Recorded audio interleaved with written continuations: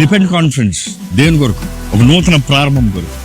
మీలో ఎంతోమంది మీరు తెలియజేసిన ప్రార్థన భారాలు బట్టి ఎంతో భారముతో దేవుని సన్నిధిలో ఏం చేయాలి, ఎందుకంటే ఎంతోమంది ఉన్న సమస్యలు, పోరాటాలు, మీరు సతమతమవుతున్న విషయాలు చూసినప్పుడు వాట్ కెన్ బి డన్, ఏం చేద్దాం అన్నదప్పుడు ఒకటేనండి, మీరు ప్రార్థన చేయాలి.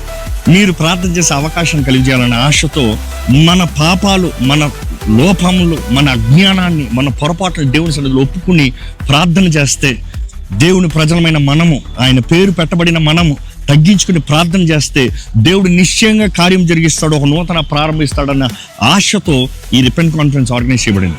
ఓ ప్రభువా, నీ కృపతో మాకు తెచ్చి, నీ ప్రేమలో నన్ను నింపి, నీ క్షమతో నన్ను నడిపి, నీ దారి నాకు చూపవా.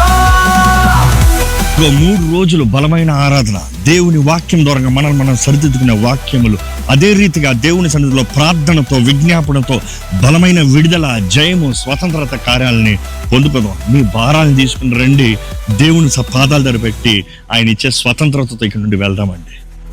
ఈ స్థలాన్ని ఇప్పటికే ఎంతో ఆశతో, ఎదురుచూపుతో సిద్ధపరుస్తున్నామండి. ప్రార్థనతో దేవుడు కార్యం జరిగించాలని ఎంతో ఎదురుచూపుతూ ఉన్నాము. మీరు కూడా ఎదురుచూపుతారండి. ఎదురుచూపు కలిగిన వారి జీవితంలో దేవుడు నిశ్చయంగా కార్యం జరిగిస్తాడు. అదే సమయం అవసరతలు ఉన్నవారు, పోరాటాలు ఉన్నవారు, మీకు తెలిసిన బంధుమిత్రులు, స్నేహితులు ఎవరైనా సరే, వారికి ప్రార్థన సహాయం కావాలంటే వారిని కూడా తోడుకుని రండి. వారు దేవుని సన్నిధిలో జతపరచబడాలంటే తోడుకుని రండి. వారి జీవితంలో ఒక ఆశీర్వాదకరంగా మీరు మారండి. Come, let's pray together